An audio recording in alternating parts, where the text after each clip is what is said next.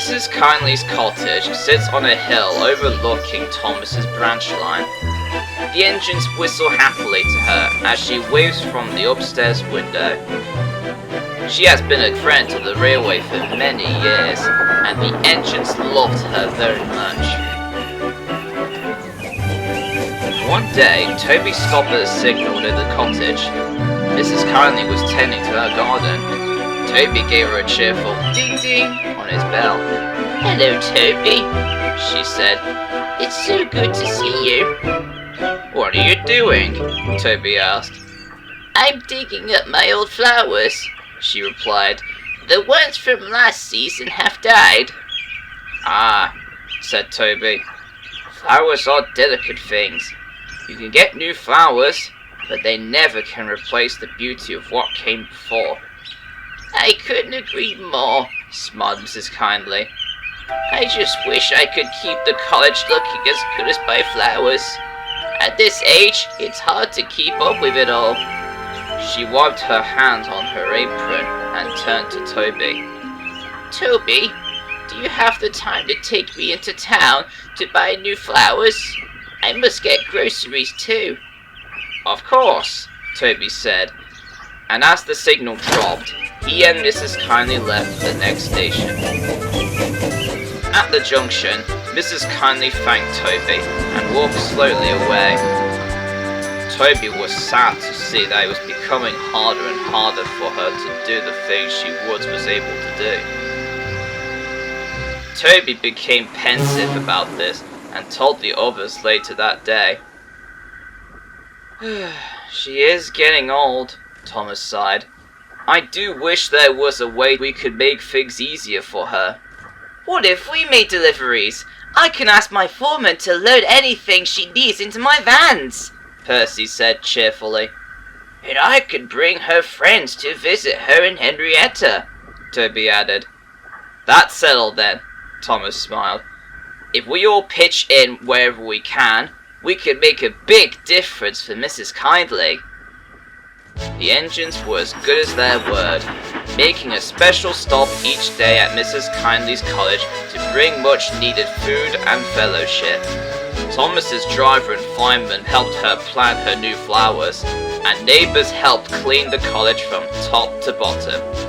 Soon it looked better than ever before, and Mrs. Kyndley thanked the engines, their drivers, and all their friends for their hard work.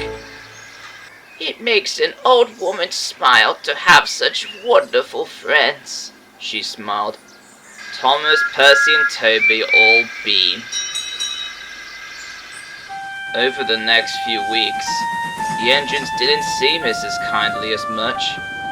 They made their deliveries, but men and women that the engines hadn't met before came to receive them. They weren't neighbours or friends. One day, Toby thought to ask one of these men. He smiled kindly as he held Mrs. Kyndley's packages. "We're part of Mrs. Kyndley's hospice team," he said. Toby gave a pained look. He knew what that meant. "Is she very ill?" Toby asked sadly. "I'm afraid so," said the man. "We're taking good care of her. She's comfortable. She asks about you and the others." Toby smiled. "Please tell her that we are thinking of her and love her very much." "I will," he said, and walked up to the cottage. Toby told the others the sad news. "It's a shame," said Percy. "She was always there for us over the years, and now she's helpless." "At least we were able to give her one last gift," Thomas said. "Her cottage is beautiful, and her flowers are beginning to bloom." The three engines sighed and sat in silence for some time, thinking about Mrs. Kyndley. One day shortly thereafter, Toby stopped at the cottage, hoping to speak to one of the nurses again, but found only a short man in a black suit. "Hello," he said. "While we appreciate your deliveries, we are no longer accepting them due to Mrs. Kyndley's passing." Toby's heart sank. "When did this happen?" Toby asked mournfully. "Last night. She passed away peacefully." The man turned and left Toby alone at the signal. Toby looked up and saw the blooms. Vibrant reds, blues, and yellows sparkled in the sunshine. "They're beautiful, but can never replace what came before," Toby said to himself, thinking of his friend Mrs. Kyndley. But no matter how sad he felt, the new life blossoming at the cottage made reminded him that Mrs. Kyndley was still there.